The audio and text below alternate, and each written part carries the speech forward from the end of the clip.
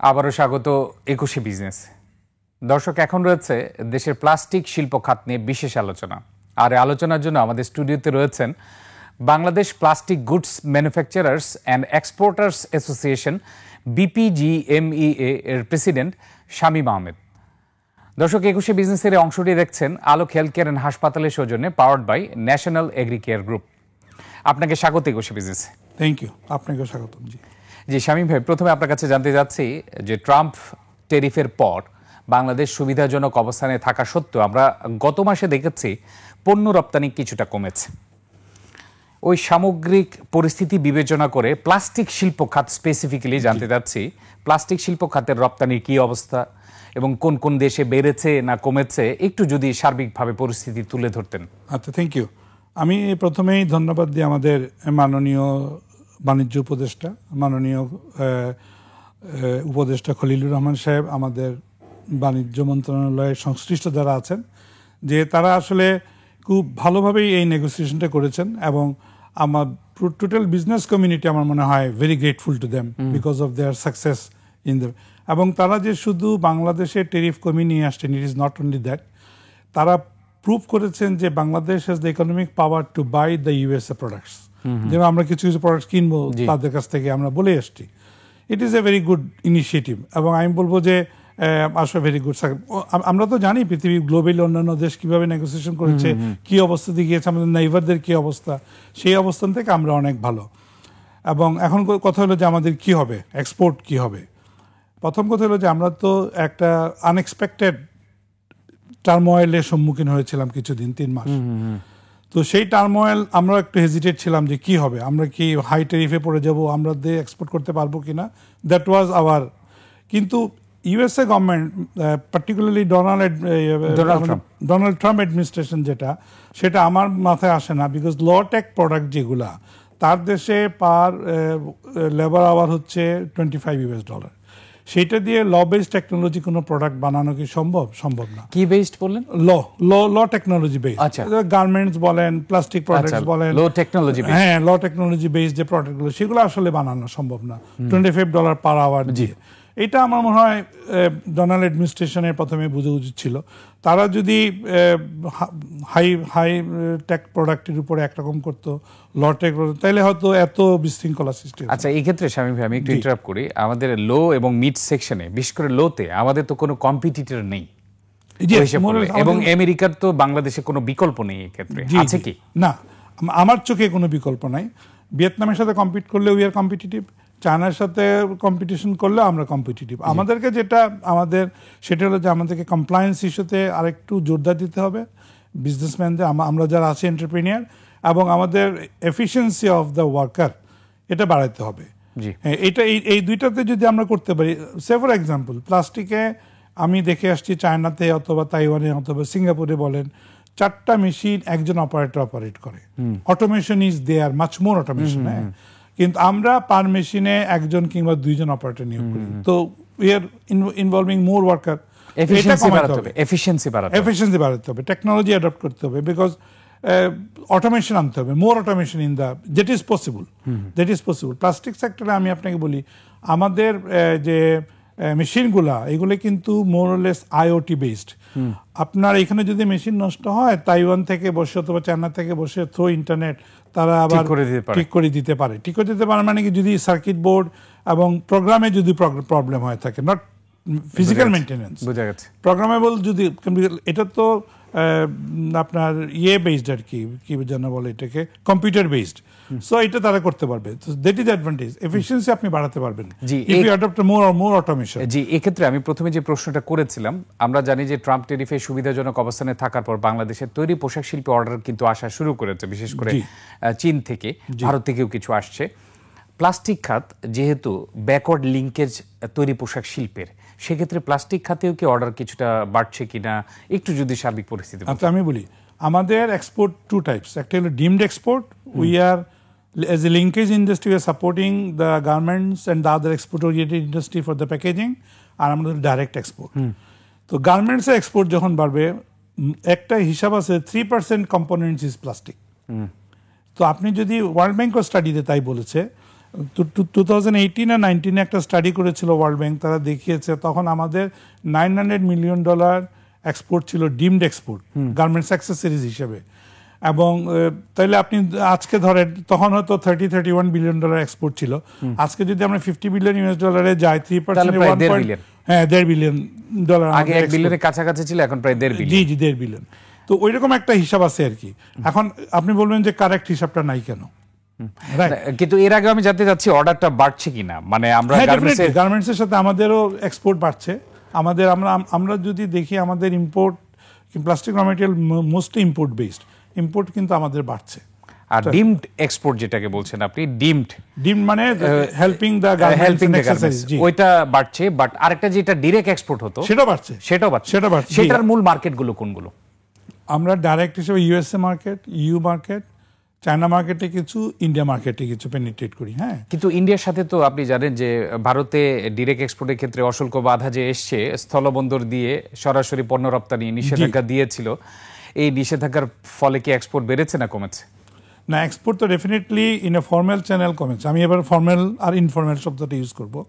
Formal চ্যানেলে restriction আসছে, throw port আপনি করতে পারছেন না। জি, বাট এটা পানির স্রোতের মতো, যেখানে ল থাকবে সেখানে কিন্তু পানি যাবেই। এটাও তাই, সামহাও তো ইনফর্মাল চ্যানেলে প্রোডাক্টগুলো চলে যাচ্ছে, সেভেন সিস্টার্স গুলোতে যাচ্ছে। তো ইন্ডিয়ান গভর্নমেন্ট যেটা করেছে যে স্থলবন্দর বন্ধ রেখে রিভারাইন কিংবা সিতে ওপেন রেখেছে তারা, but it is not feasible for us. এটা একটা ট্রিক্স আর কি, কৌশলগত তারা অবলম্বন করেছে। আপনি একটু বললেন যে ইনফর্মাল চ্যানেলে সেভেন সিস্টার্সে পণ্যগুলো যাচ্ছে, কিভাবে যাচ্ছে? না, এটা প্রশ্ন আমাকে আপনি করেন না, আপনি ধরে নেন যে যাচ্ছে। আচ্ছা, হ্যাঁ, এটা তো ব্যাখ্যা দেওয়া তো সম্ভব না। না, ঠিক আছে, ব্যাখ্যা দেওয়া যাবে না, এটা টেকনিক্যাল কোয়েশ্চেন। এখন এই ভলিউমটা কেমন? কারণ আমাদের বিকল্প বাজার খোঁজার প্রয়োজন আছে কিনা? না, আমাদের তো উত্তরোত্তর আরো এক্সপোর্ট বাড়াতে হবে, আমাদেরকে বাজার খুঁজতেই হবে। আমি সবচেয়ে আশ্চর্য যে আমি সরকারের কাছেও আবেদন রাখবো যে আফ্রিকা কান্ট্রিগুলা ইজ এ প্রাইম, বুঝছেন? আপনার সেখানে কমপ্লায়েন্স ইস্যু কম, সেখানে আপনি প্রফিটেবিলিটি বেশি থাকে মার্কেটের, এবং আমাদের জন্য যদি কোনোভাবে আমাদের যে লজিস্টিকটা আমরা কমাতে পারি, ট্রান্সপোর্টের দূরত্বটা কস্ট কমায় নিয়ে আসতে পারি, আমার মনে হয় আফ্রিকান মার্কেটে আমরা ভালো পেনিট্রেট করতে পারি। আপনি দেখেন China has made substantial investment in the African region. Why? Because মার্কেটটা প্রাইম, গ্রোয়িং মার্কেট। তো আমরাও সেটা চেষ্টা করি যে আমরা সেখানে যেতে পারি কিনা। কিন্তু এই ক্ষেত্রে বাধা কি আসলে? চায়নার সাথে কম্পিট করার জন্য কি আমাদের সেই সক্ষমতা আছে? না, আমাদের সক্ষমতা আছে, বিকজ আফ্রিকান মার্কেটটা স্টিল অনেকটা এলডিসি কান্ট্রির মতো, ইয়ের মতো, তাদের ওই রকম হাইটেক প্রোডাক্ট কিংবা তাদের ফ্যান্সি প্রোডাক্টে বেশি ডিমান্ড নেই, সেটা আমরা মিট আপ করতে পারবো। কিন্তু আমাদেরকে সেখানে পৌঁছাতে হবে। হ্যাঁ, আমাদের পৌঁছানোর জন্য যা আনুষঙ্গিক আপনি করা, সেটা যদি আমরা নিজেরা করি, অবশ্যই এন্টারপ্রেনারদের করতে হবে, ইট ইজ নট আউট। কিন্তু সরকারও যদি এগিয়ে আসে, সাম সর্ট অফ আপনার শিপিং কস্ট বেনিফিট দিল, সাম কস্ট অফ সাবসিডি দিল, সেটা হলে কিন্তু আমরা আফ্রিকান মার্কেটে পেনিট্রেট করতে পারবো। জি, তৈরি পোশাক শিল্পে অনেক ধরনের সুবিধা দিয়ে আসছে সরকার এত বছর যাবত, সবারই মানে একটা অভিযোগ রয়েছে। সেক্ষেত্রে প্লাস্টিক শিল্প খাতে ওইরকম সুবিধা দেওয়া প্রয়োজন কিনা? আমাদের যদি আপনি ক্যাশ ইনসেন্টিভের কথা বলেন, আমাদের ছিল 10% থেকে কমিয়ে এখন 6% নিয়ে আসছে, হয়তো ইন দ্য ফিউচার সেটা কমে যাবে। কিন্তু আমি এটা পিছনে যুক্তি খুঁজে পাই না এই জন্য যে কথা হচ্ছে যে আপনি কোনো সাবসিডি দিয়ে এক্সপোর্ট করতে পারবেন না ডেভেলপ কান্ট্রিতে। এখন আপনি ইউএসএ কথা ধরেন, যে আমরা কিছুক্ষণ আগে টেরিফের কথা বললাম, ইউএসএ তো WTO যে রুলস এন্ড রেগুলেশন সেটা মানে না, সে তো আন্ডার ডেভেলপ কান্ট্রিগুলোর থেকে ইম্পোর্ট করবে একটা লেসার কস্ট, কিন্তু সে তো আরো আমাদের উপরে ডিউটি ইম্পোজ করে দিল।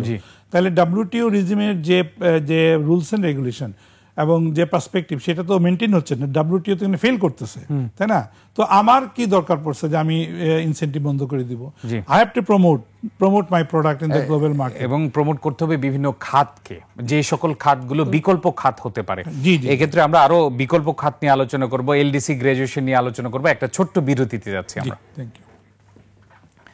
দর্শক, এ পর্যায়ে নিচ্ছে একটা বিরতি, ফিরছি একটু পরে, ততক্ষণ আমাদের সঙ্গেই থাকুন।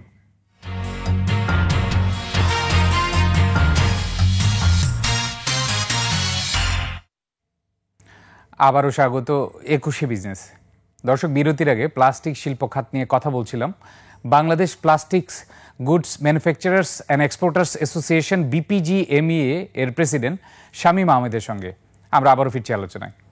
শামীম ভাই, এখন আপনার কাছে জানতে চাচ্ছি, LDC গ্র্যাজুয়েশন যদি আগামী বছরের নভেম্বরে হয়, তাহলে সেক্ষেত্রে কি সেটার জন্য আমরা প্রস্তুত কিনা, এবং বিশেষ করে প্লাস্টিক শিল্প খাত প্রস্তুত কিনা? Thank you. LDC গ্র্যাজুয়েশন নিয়ে তো আমরা বোধহয় 5-7 বছর ধরে কথা বলতেছি, কিন্তু আসলে আমরা কথাতেই আছি। হ্যাঁ, আমাদের যে গ্রাউন্ড লেভেলে যে প্রিপারেশনটা দরকার সেটা হয়নি, যে ফার্ম লেভেলে আমাদের পলিসি মেকাররা অনেক কিছু করেছেন, স্মুথ ট্রানজিশন কীভাবে হবে সেই হবে, সব কিছুই করেছেন, that's fine, ministry of commerce করেছেন। কিন্তু এন্টারপ্রাইজ লেভেলে, যেমন আমার সেক্টরের কথা আমি বলি, টয়েজের কথাই বলি, তাই আপনি উদাহরণ দিয়ে বুঝতে পারবেন যে আমাদের সেক্টরে, অনেক সব সেক্টরে most of the products are copied products. ঠিক আছে, তো এই কপিড প্রোডাক্টস তো আমি তো ইন্টেলেকচুয়াল প্রপার্টি রাইট আমার নাই। আমি যখন LDC গ্র্যাজুয়েশন করব, এই যে আমাদের 180 মিলিয়ন পপুলেশনের যে মার্কেট সাইজ, এখানে কিন্তু বিদেশি ইনভেস্টমেন্টগুলো আসবে to occupy your local market, domestic market, not for the export. এত বিশাল একটা মার্কেটে সে আসবেই তার প্রোডাক্ট নিয়ে। তো এই যে আমি কথাটা বললাম, আমাকে তো যথেষ্ট পরিমাণে, এটা আমাদের এন্টারপ্রেনারদের তরফ থেকে প্রিপারেশন দরকার ছিল, সরকারের তরফ থেকেও আরো বেশি প্রিপারেশন দরকার ছিল LDC গ্র্যাজুয়েশন ফেস করার জন্য। আপনি কপিড যেটা বলছিলেন, কপিরাইট ফি দিতে হবে, রাইট? কপিরাইট ফি দিতে হবে, প্যাটেন্ট রেজিস্ট্রেশন করতে হবে। প্যাটেন্ট রেজিস্ট্রেশন আপনাকে বলি, innovation patent registration is very important. ইনোভেশনে our rank is 105 out of 134 country, we have very low ranking. Patent রেজিস্ট্রেশনে আমরা 110 আউট অফ 125 কান্ট্রিজ। তো আপনি বুঝেন আমাদের IP বলেন, ইনোভেশন বলেন, আমরা অনেক নিচের দিকে আছি, বিকজ আমাদের ইনভেস্টমেন্ট খুব কম, এন্টারপ্রেনারদের ইনভেস্টমেন্ট কম, সরকারের পক্ষ থেকে ইনভেস্টমেন্ট কম। আর LDC গ্র্যাজুয়েশনে আপনার লোকের GDP যদি আপনি ধরেন, আমাদের $462 billion GDP size, 10% is export or 12% is export, and বাকি 88%, 90% is a local market. এটা এগ্রিকালচার বলেন, সার্ভিস ইন্ডাস্ট্রি বলেন, ম্যানুফ্যাকচারিং ইন্ডাস্ট্রি বলেন, IT বলেন, whatever you say, local industry, banking, financial sector বলেন আপনি। এই যে আমাদের ডোমেস্টিক মার্কেট, এই যে আমাদের 90% অফ দ্য GDP, এইটাকে কিন্তু প্রোটেকশন দিতে হবে। That what I want to say. আমরা এক্সপোর্ট প্রমোশনের জন্য সব কিছু করি, আই ডোন্ট মাইন্ড, বাট সাথে সাথে আমি যতবার শুনি আমার দুঃখ লাগে, পলিসি মেকার বলেন, আমাদের বিজনেসম্যানরা বলেন, সবসময় এক্সপোর্ট নিয়ে আমরা কথা বলি, বাট আমরা যে লোকাল ইন্ডাস্ট্রিকে প্রোটেকশন দিলে, local industry is what, import substitute. কিভাবে প্রোটেকশন দিবে? না, প্রিপারেশন নিতে হবে আপনাকে, মানে কোন জায়গাটা প্রিপারেশন নেওয়া উচিত? লোকাল, এই যে আমি একটু IP, ইন্টেলেকচুয়াল প্রপার্টি রাইট বলেন, আপনি এটাকে স্ট্রেনথেনিং করা বলেন, পলিসি সাপোর্ট দেওয়া বলেন, বিকজ আপনি ট্যারিফ প্রোটেকশন দিতে পারবেন আফটার LDC। আপনি ট্যারিফ কমিয়ে নিয়ে আসতে হবে অনেক। হ্যাঁ, তো আপনার লোকাল ইন্ডাস্ট্রি তো সার্ভাইভ করতে এবং কান্ট্রি ওয়াইজ ডিউটিও থাকবে তখন।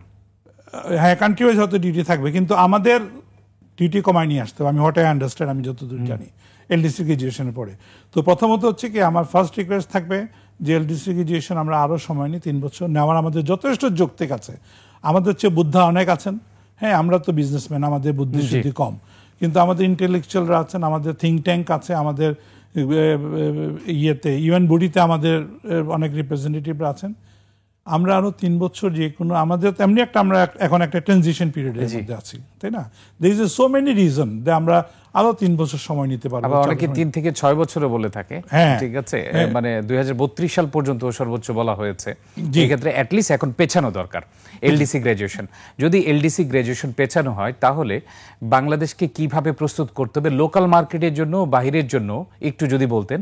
আর এই ক্ষেত্রে প্রস্তুতি করার ক্ষেত্রে প্লাস্টিক শিল্পর দিকে স্পেসিফিক্যালি কি ফোকাস দেওয়া যায়? প্লাস্টিক ইন্ডাস্ট্রিতে আমাদের যেটা দরকার সেটা skill development of the worker, যাতে আমি মোর এফিশিয়েন্ট হতে পারি। আমি ইন্টেলেকচুয়াল প্রপার্টি রাইট দরকার আমার, আমি যেন আমার প্রোডাক্টটা প্যাটেন্ট রেজিস্ট্রেশন করাই, আমি যেন আমার গ্লোবাল মার্কেট সম্বন্ধে যেন আমার যথেষ্ট ধারণা থাকে, এবং আমাদের SME খাত যেটা আছে সেইটাকে ইনোভেশন রিসার্চে আরো বেশি ইনভেস্টমেন্ট করতে হবে। দ্যাট ইজ দ্য আমি যেটা মনে করি যে LDC ফেস করতে গেলে, আমার না শুধু, ইট ইজ নট অনলি প্লাস্টিক, সবার এই প্রিপারেশনটা দরকার সব ইন্ডাস্ট্রিগুলোর জন্য। আচ্ছা, এই ক্ষেত্রে আমরা যেহেতু যুক্তরাষ্ট্রের উপর, একক দেশ হিসেবে যুক্তরাষ্ট্রের উপর রপ্তানির জন্য সবচেয়ে বেশি নির্ভরশীল, অন্যান্য দেশের প্রতি নির্ভরশীলতা একটু বাড়ানো উচিত কিনা, যুক্তরাষ্ট্রের প্রতি কমানো উচিত কিনা, এই জন্য আমাদের প্রস্তুতি নেওয়া উচিত কিনা? আমি আপনাকে একটা সিম্পল একটা উদাহরণ দিই। ঢাকাতে কটরা আছে, কোরিয়া ট্রেড সেন্টার, টেট্রা আছে, তাইওয়ান ট্রেড সেন্টার, জেট্রো আছে, জাপানিজ ট্রেড সেন্টার, এরকম অনেকগুলা, হংকংয়ের ট্রেড ডেভেলপমেন্ট সেন্টার এরকম আছে। এটা কি, আপনি ধরেন একটা এমবেসি ওপেন করবেন, এমবেসি ওপেন করে একজন ইকোনমিক মিনিস্টার রাখবেন, কমার্শিয়াল কাউন্সিলর রাখবেন। To open an embassy it's long term process, হ্যাঁ। কিন্তু আপনার ট্রেড প্রমোশন এবং আপনার মার্কেট এক্সপ্লোরেশনের জন্য তারা এইসব ছোট ছোট অফিস খুলে। ঢাকায় তাইওয়ান ট্রেড সেন্টারের অফিসে 2-3 কাজ করে, একজন তাইওয়ানিজ, 3 বাংলাদেশি। কোটরাতেও তাই 1-2 কোরিয়ান কাজ করে, এবং দে ওয়ার্ক 360 days, বুঝছেন। তারা মার্কেটকে, সে বিভিন্ন ইন্ডাস্ট্রিতে ঘুরে তার দেশকে প্রমোট করে, মার্কেট এক্সপ্লোর করে। তো আমরা কিন্তু এইভাবে সব দেশে করতে পারি, অনেক দেশে আমরা যেতে পারি, ছোট ছোট অফিস খুলে, যেটা পসিবল। তো সেটাই আর কি, আমাদেরকে প্রিপারেশন নেওয়ার শেষ নাই। তো আমরা যদি এইসব যারা অলরেডি সাকসেসফুল হয়ে গেছে, কিছুদিন আগেও যারা পুয়ার ছিল তারা আজকে সাকসেসফুল এলডিসি ছিল, তার ডেভেলপ কান্ট্রি হয়ে গেছে, তারা কিন্তু এইসব মেকানিজমগুলো অ্যাডপ্ট করেছে, যেটা আমরা করছি না। আমরা শুধু সীমাবদ্ধ থাকতেছি আমাদের নিজেদের ভিতরে। আমি বাংলাদেশে বসে যতই কথা বলি এক্সপোর্ট নিয়ে, আসলে কিন্তু এক্সপোর্ট আসবে না যতক্ষণ পর্যন্ত আমার প্রোডাক্ট আমি আমার বায়ারের সামনে নিয়ে না যাচ্ছি। কিন্তু আমাদের কিন্তু, আমি আপনাকে আরেকটা বলে রাখি, আই এম প্রাউড অফ, যে আমাদের অনেক প্রোডাক্ট আছে চায়নার থেকে গুণগতভাবে অনেক ভালো। কিন্তু আমি বলতে পারি না যে, বিকজ প্রথমত বিজনেস পিপল আর বাংলাদেশি হিসেবে আমরা লিটল বিট শাই, আমরা কম্পেয়ার করতে পারি না। ইন্ডিয়ানরা যেমন একটা প্রোডাক্ট নিয়ে ধাম করে বলবে জার্মান কোয়ালিটি, হ্যাঁ, কিন্তু আমি কিন্তু বলতে পারি না। কেন বলতে পারবেন না? আপনারা তো ব্র্যান্ডিং করতে পারেন, এটাই তো মোটিভেশন। হ্যাঁ, এটা কি কি প্রোডাক্ট আমরা একটু জানতে চাচ্ছি, মানে কি কি প্রোডাক্ট আপনি বলছেন যে চায়নার চেয়েও বেটার? আমাদের প্লাস্টিক সেক্টরে অনেক প্রোডাক্ট আছে চায়নাতে, পার্টিকুলারলি টয়জই ধরেন। আচ্ছা, আমাদের প্রোডাক্টের গুণগত মান অনেক ভালো, অনেক প্রোডাক্টই। আমাদের অনেক বায়ার এসে প্রোডাক্ট দেখে প্রথমে তারা বুঝতেই পারে না যে মেড ইন বাংলাদেশ, কারণ আমাদের কান্ট্রি ইমেজ তো কম, কান্ট্রি ইমেজটা তো আমরা বাড়াতে পারি নাই। জি, এই ব্র্যান্ডিং এর জন্য কি করা যেতে পারে? ব্র্যান্ডিং এর জন্য প্রথম যেটা করতে সেটা হলো কান্ট্রি ইমেজ বাড়াতে হবে। We must, Bangladesh country image, আপনি ধরেন না কেন, আমাদের we have lot of larger industry in the domestic market, steel বলেন, আপনি অনেক কিছু সেক্টর আছে। আমি মনে ফুড আইটেম অনেক বড় বড় ইন্ডাস্ট্রি সেট আপগুলো আছে। এরা কিন্তু লোকাল মার্কেট নিয়ে ব্যস্ত, বাইরে কিন্তু যাচ্ছে হয়তো বা আমার জানা নেই, কিন্তু আমরা কিন্তু এদেরকে এক্সপোজিশনে আনছি না বড় বড় ইন্ডাস্ট্রিগুলোকে। তো সেভাবে আর কি আমাদেরকে সবাইকে আনতে, পার্টিকুলারলি মাল্টিন্যাশনাল কোম্পানিগুলোর কথা ধরেন, ইউনিলিভার, নেসলে, বিএটি, ওনারা কিন্তু একটা ব্র্যান্ড, ঠিক আছে। এই ব্র্যান্ডটা কিন্তু তারা এক্সপোর্ট কতটুকুন করেন জানি না, বাট আমি জানি খুব সামান্য এক্সপোর্ট করেন। বাট ইউনিলিভারের ব্র্যান্ডে যদি আপনি বিদেশে এক্সপোর্ট করেন, that is more acceptable than any other Bangladeshi brand. কিন্তু সেটা করা উচিত। ইউনিলিভার আমার রিসোর্স ইউজ করবে, আমি নাম নিচ্ছি না, sorry to say, but multinational কোম্পানিগুলা আমার রিসোর্স ইউজ করবে, সবকিছু ইউজ করবে, বাট এক্সপোর্টে তারা আসবে না আগায়। That is something different. এক্ষেত্রে কোলাবোরেশন করে কি করা যেতে পারে? They are good enough. Collaboration লাগবে কেন? আচ্ছা, they are global companies. G, the company, multinational company যারা আছে, all are global company. তারা বাংলাদেশে প্রোডাক্ট বানাচ্ছে at a very low cost. Why they will not export? জি, আমার এটা প্রশ্নটা সরকারের কাছে রেখে দিলাম আমরা, যে বাংলাদেশে প্রোডাক্ট যেহেতু বানাচ্ছে, এটা কেন এক্সপোর্ট করবে না? এক্ষেত্রে সরকারের পক্ষ থেকে সর্বশেষ আপনাদের খাতে কোনো সহযোগিতা প্রয়োজন রয়েছে কিনা? জি, আমরা সরকারের কাছে যেটা চাইবো, সরকারের কাছে আমরা কৃতজ্ঞ যে তারা প্লাস্টিক সেক্টর ডেভেলপমেন্ট পলিসি করেছেন, সবকিছু করেছেন। ইন্ডাস্ট্রিগুলোকে রিলোকেট করা দরকার, জমির দাম কমানো খুবই দরকার। Land price is too high, সেটা আপনি বিসিকে যান আর ইপিজেডে যান, যেখানে যান, হ্যাঁ, compare to other countries in the Asia আপনি যদি দেখেন land price we are very high. তো সব দিক দিয়ে আমরা চাইবো যে industry is a thing that give you revenue, give you return for years together. It is not একটা বাসা বানানো, বাড়ি বানানো যে একবারই আসবে। তো ইন্ডাস্ট্রিয়াল গিভ রিটার্ন, সো যে আপনি সারা কয়েক বছর ধরে যেটা থেকে আপনি রিটার্ন পাবেন, যুগ যুগ ধরে যেটা রিটার্ন পাবেন, সেটাকে নার্সিং করতে, সেটাকে ফেসিলিটি দিতে, সাবসিডি দিতে আমার মনে হয় সরকার এগিয়ে আসা উচিত। জি, আপনাকে অসংখ্য ধন্যবাদ আমাদেরকে সময় দেওয়ার জন্য। থ্যাংক ইউ, আপনাকে অনেক ধন্যবাদ। Thank you. দর্শক, এতক্ষণ দেশের প্লাস্টিক শিল্প খাতের নানা দিক ও করণীয় নিয়ে কথা বলছিলেন Bangladesh plastic goods manufacturers and exporters association BPGMEA এর প্রেসিডেন্ট শামীম আহমেদ। দর্শক, নিচ্ছে একটা বিরতি। দুপুর 2টা 30 মিনিটে আবারও ফিরে আসবো 21শে বিজনেসে। দেখার আমন্ত্রণ রইল, 21শে সঙ্গেই থাকুন।